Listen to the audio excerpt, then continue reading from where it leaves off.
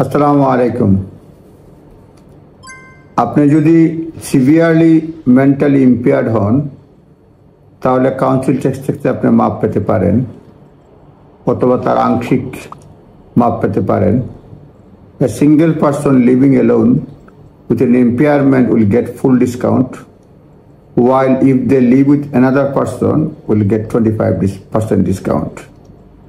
আর যদি দেখা যায় যে আপনার মেডিকেল কন্ডিশনের জন্য কোনো যন্ত্রপাতি রাখতে হয়, people living in a larger house because they need space or move around or for equipment to aid living with their disability, তারাও ডিসেবল জন্য কাউন্সিল ট্যাক্স রিডাকশনের জন্য অ্যাপ্লাই করতে পারে।